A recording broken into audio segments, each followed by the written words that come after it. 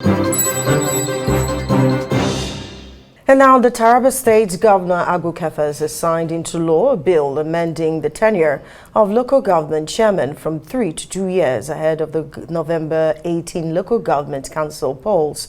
This follows an executive bill sent to the State Assembly by the governor. Shortly after signing the bill into law, the governor said the amendment ensures that the state moves forward. However, the Speaker of the State Assembly disclosed that it was needed, or what is needed for the new chairman to function effectively within 2 years is already on the ground. The former governor Darius Ishaku increased the chairman's tenure from 2 to 3 years. That upcoming local government election that will be taking place on the 18th will be conducted in a very democratic manner, and the local government chairman that will be elected will be properly engaged for the service of our people. The executive governor, Dr. Abu Kefas, sent the same bill again, and we process it and pass it. The most important thing in the bill is just to reduce the tenure from 3 years to 2 years. Because you cannot do that after the election. The best time is to do it before the election, so that while they are taking their oath, they know how many months or how many years they are staying in the office. We're joined now by Rise News analyst and legal practitioner Frank Tietie. Frank, good to see you, and thanks for your time as always. But looking at this, you know, the rural part of Nigeria is the largest, has the largest number of citizens, with not less than 75% of the country, and that makes it most important. But again, before we start to delve into the importance of this, some have looked at this particular move by the governor as some sort of interference. Now, let's look at the statutes and see where the powers of the governor on this does lie. Well, it's not the governor in this case, particularly, is the State House of Assembly, but with undercurrent that the governor initiated it, and then the State House of Assembly endorsed it by enacting it as a law of the state, and then being assented to by the governor. But it is political, and again, it's an indication of abusing powers that are legal, because the State House of Assembly take that again, abusing powers that are legal, because I'll substantiate this position. Nevertheless, Section 7 of the Constitution does give powers to the State House Assembly to make laws with regards to the structure and the operations of local government in Nigeria. Now, but the issue here is that of tenure.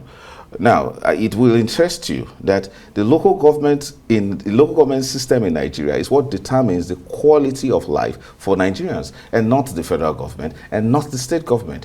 It is only the local government. In Constitution, you don't hear things.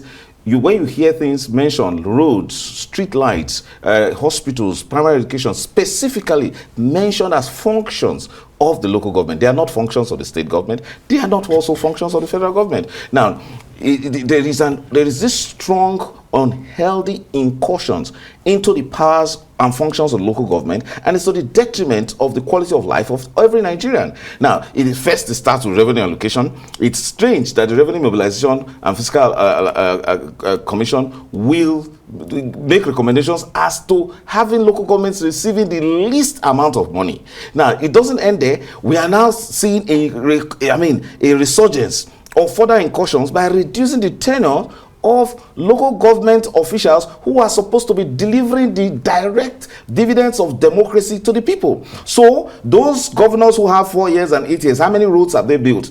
The Constitution does not direct them to build roads. It directs this local government to build roads, to build hospitals, establish and maintain primary schools, provide street lights, provide cemeteries, provide asylums, mental health asylums, and the real things that determine that there is a government. You take away, and Governors who have 8 years can't provide those things. And then the person that the concerned gave directly, you reduce this money, you subject the money to such kind of politics of the state and local government joint accounts, you do all of that, you now reduce the tenure again. So what it means is that the governors are not interested in the people. Now, but again, for an analyst, like what I'll do is that I'll try to listen to what the governor is not saying. And what the governor is not saying is that this is another form of political capture. A governor now is in a hurry, because when I listen to the statement by the Commissioner of Information of Taraba State, what he was more interested in is that, oh, there is a very positive synergistic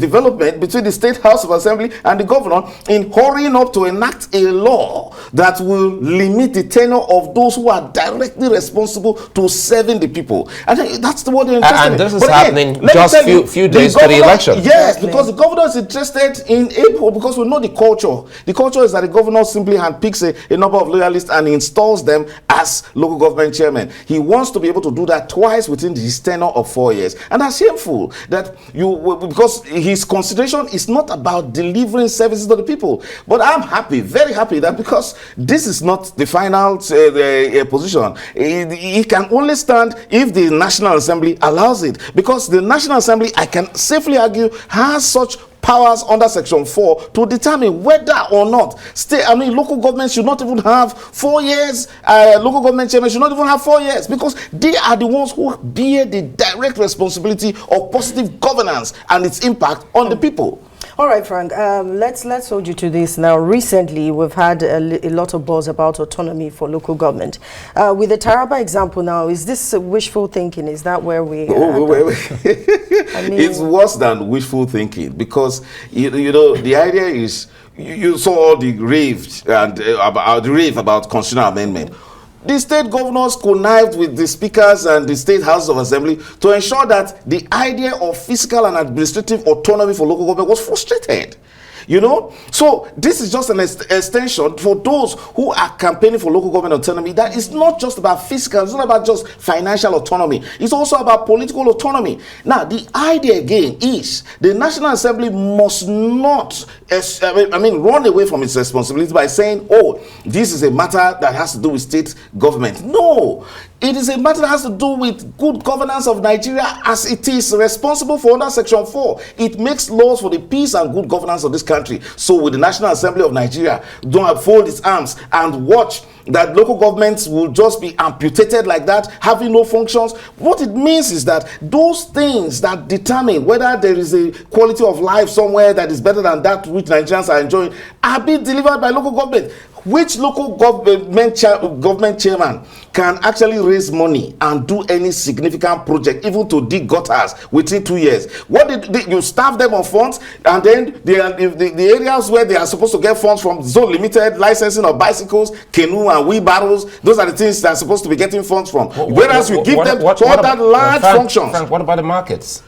Of course, it is their responsibility to establish, maintain parks and open spaces, including abattoirs in markets and the rest. The things that when you go around and you see misgovernance and the failure of democracy, I say it in Nigeria, it is as a result of the failure of the local government system. And what Governor Kefas has simply exemplified is to show that he does not care about the delivery of governance to the people at all, and he wants to emasculate totally the powers of the and functions of local government. Let's talk more about you spoke about the National Assembly. You said this again. We'll get to the National Assembly for ratification. Oh, no, not for ratification. Only if the National Assembly is responsive. We are in an era where government has to be as responsive as possible. Because so responsive in what way now? Irresponsive in watching, in seeing what's going on. Because it may make the mistake by saying that, oh, it is restricted to the state government affair. But no, item 67 of the exclusive list on the second schedule, imposes on the National Assembly to ensure that it makes laws concerning any matter that it has power for the good governance of Nigeria. So the National Assembly must be the one prognosticating. It must now say, wait, wait a minute, is it proper that the tenure of local government chairmen should be reduced under the circumstances, whereas advocates are saying it should be increased? Because if you give them the bulk of the responsibility of governance, then give them more money, give them more time. Don't reduce their money. Out of the 100% of the money the federal government earns, only 20% of them, 20% of that money is shared by 774 local governments, and you give them all the responsibility. Go and check our constitution. The constitution, the only place where the constitution mentions roads, street lights, maintenance, establishment or construction of highways. It's not the federal government's responsibility. The construction of highway is that of local government. But you take away all these things from the local government, you don't give them money, now you're also reducing the time with which they want to work. You hate the Nigerian people. That's what I can say. For whatever political expediency that you have, if it is to control the local government in your state by ensuring that you can determine who becomes chairman, you can remove, you can reward anybody by giving a second tenure as governor, you are doing so for selfish reasons against the interest of your people. So it's a call to the National Assembly to respond. I know these are some of the key things you and your the organization you've also spoken about. But again, at every point in time, isn't it ironic that sometimes when you try to find out what exactly is the problem in the local government, grassroots governance, some of the chairpersons will say that they are okay with what is happening. So how does that, it's laughable, but again, very ironic. You know why they are okay? They are handpicked, some of the worst forms of elections you can ever experience. Everybody is using INEC as a scapegoat. Go and see what the state independent electoral commissions are organizing, the kind of elections where there will be no elections, they will write results, or the governor will just draw up a list of persons to be elected as local government chairman and the rest. And then most of them don't even work, and that's bad thing about it. Some of them just simply go to state, headquarters and capital and stay until the end of the month, collect whatever they can collect as allocation. If the governor feels like giving them any money, and then they pay a few salaries, and then the governor, the chairman, secretary, and then maybe the head of administration of the local government, they just share the money and all that. So why won't they be happy? But let me tell you, local government autonomy will make government officials responsible and government responsible. How do I mean? Yeah. When people know, when you have an autonomous council legislature that allocates money, that receives money directly from the federal government, and then everybody in that locality, they know how much has come, they know how bad the market is and the needs and the budgets and how much has been budgeted for the market and for the road and for street lights. Go and steal that kind of money, because the people know you. Where are you going to spend? Which house are you going to build? So the idea of taking government very far away from the people by ensuring that, okay, it's in the state headquarters, so before you travel, before you write, you are frustrated. But you can try that in a locality as a chairman. So you see, the idea of weakening local government is another expression of how inimical the political class is to the Nigerian people. And this expression, therefore, must be resisted. And only the National Assembly can do that.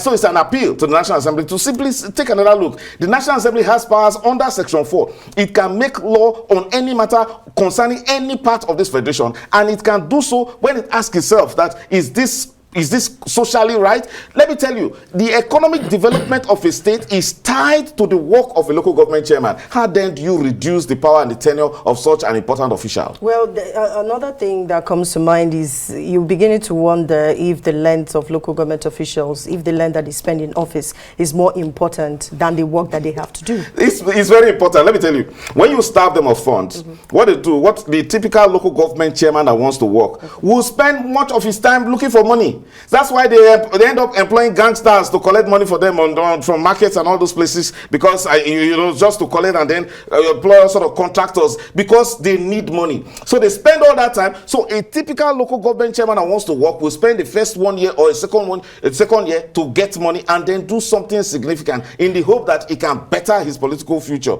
But in this case, you are turning the local government to something like a spare parts union or a market women's association selling tomatoes, where they just stay for 2 years doing exercises. Come on, local government is fundamental to our democracy. It is the most important institution for delivering good governance. Yet we just treat it with such disdain as Governor Kefas has done. It's very sad, very, very sad. Very sad indeed. Even though the former president Muhammadu Buhari did try to see how he can take off the stronghold on local government. But again, we'd like to thank you for your time as always, Frank Tietie, lawyer and Arise News analyst. My pleasure.